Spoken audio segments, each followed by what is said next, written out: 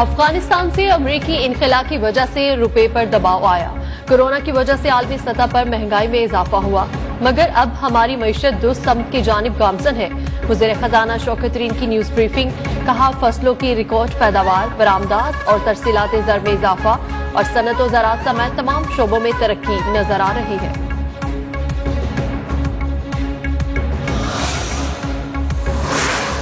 Supreme court ने Ravi urban development authority की बहाली का अबूरी हुक्म वापस ले लिया। अदालत ने लाहौर हाई कोर्ट के अबूरी हुक्म के खिलाफ पंजाब हुकूमत की अपीलें निपटा दी। रावी अर्बन मनसूबा केस में हाई कोर्ट का हतमी फैसला आ चुका। पंजाब हुकूमत चाहे तो हाई कोर्ट का फैसला चैलेंज कर सकती है। सुप्रीम कोर्ट के रिमार्क्स।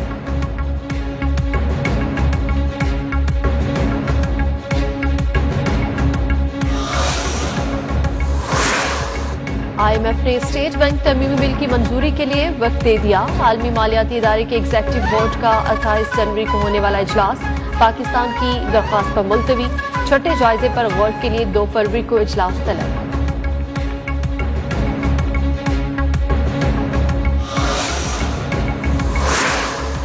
नैब ने अक्टूबर 2021 तक 821 अरब 57 करोड़ रुपए की रिकवरी का दावा कर दिया। डीजी नैब हुसनैन अहमद की पब्लिक अकाउंट्स कमेटी में ब्रीफिंग, कहा नैब ने 500 अरब रुपए से ज्यादा की इनडायरेक्ट रिकवरी की। ये रिकवरी कैश, जमीन, स्कीम्स, हाउसिंग सोसाइटीज और केसेस से की गई। चेयरमैन कमेटी राना तनवीर ने तफसीलात तलब कर ली।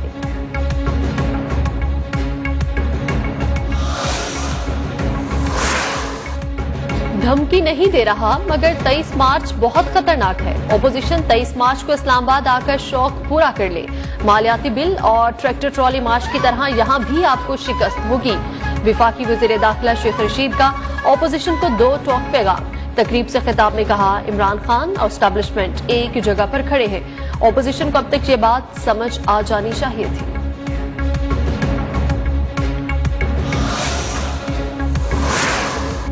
पाकिस्तान को कभी इफ्लाही रियासत बनाने की कोशिश नहीं की गई। मुल्क से पैसा लूटने वाले अपना इलाज भी बैरून मुल्क में कराते हैं। मैं क्यों ना अपने मुल्क के लिए जिद्दोजहद करूं।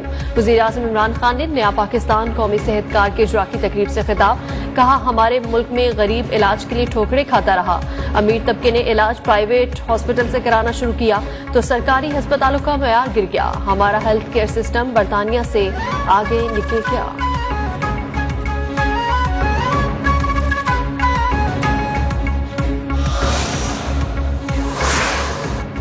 ट्रांसपेरेंसी इंटरनेशनल की रिपोर्ट पर गौर करना होगा। नाअहल करप्ट शख्स कितना खतरनाक साबित होता है। नून लीगी सदर शहबाज शरीफ का बयान, कहा ट्रांसपेरेंसी इंटरनेशनल की रिपोर्ट निजाम बैठ जाने का ऐलान है। इमरान न्याजी ने करप्शन में 10 साल का रिकॉर्ड तोड़ दिया।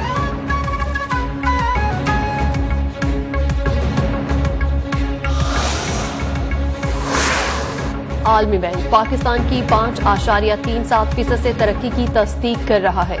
इंसदादी कोरोना की हुकूमती पॉलिसीज की आलमी सतह पर तारीफ हो रही है और ट्रांसपेरेंसी इंटरनेशनल कह रही है मुल्क में रूल ऑफ लॉ में तनस्ली हुई। फवाद चौधरी का करप्शन से मुतल्लिक रिपोर्ट पर इजहार हैरत। ट्वीट में लिखा, हम किस कदर मुनज़्ज़म माफिया का सामना कर रहे हैं। रिपोर्ट से करप्ट ओपोजिशन को भी तनकीद की जुर्रत हुई।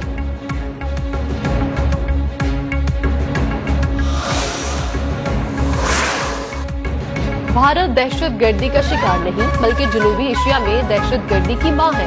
भारत ने पाकिस्तानी फौज और शहरियों पर हमले कराए, 96,000 कश्मीरियों को शहीद किया। भारत ने सलामती काउंसिल की लिस्ट में शामिल दहशतगर्द तंजीमों की फंडिंग की।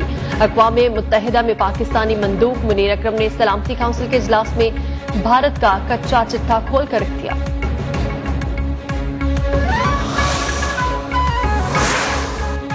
भारत का यौम जमहूरिया मकबूजा कश्मीर में यौम स्याह करार। श्रीनगर में मुकम्मल हड़ताल। भारतीय फौज ने वादी को फौजी छावनी में तब्दील कर दिया। जामे मस्जिद श्रीनगर समेत मुतादिद मसाजिद बंद करा दी। LOC के उस पर भी कश्मीरी सराफा एहतजाज। आजाद कश्मीर में घरों पर स्याह परचम लहरा दिए गए। मुजफ्फराबाद में रैली और एहतजाज। वादी के दीगर शहरों में भी मुजाहरे। आजाद कश्मीर के वजीर आजम अब्दुल कयूम न्यासी कहते हैं दुनिया को भारत का मखलूक चेहरा नजर आना चाहिए।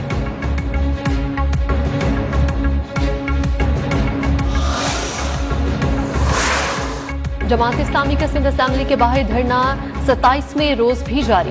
स्कूल्स के तलबा की बड़ी तादाद जमात इस्लामी के धरने में शरीक। जमात इस्लामी का आज और कल शहर भर में मुजाहरे और रैलियों का ऐलान। हाफिज नईम कहते हैं एम्बुलेंस के सिवा किसी को भी रास्ता नहीं देंगे।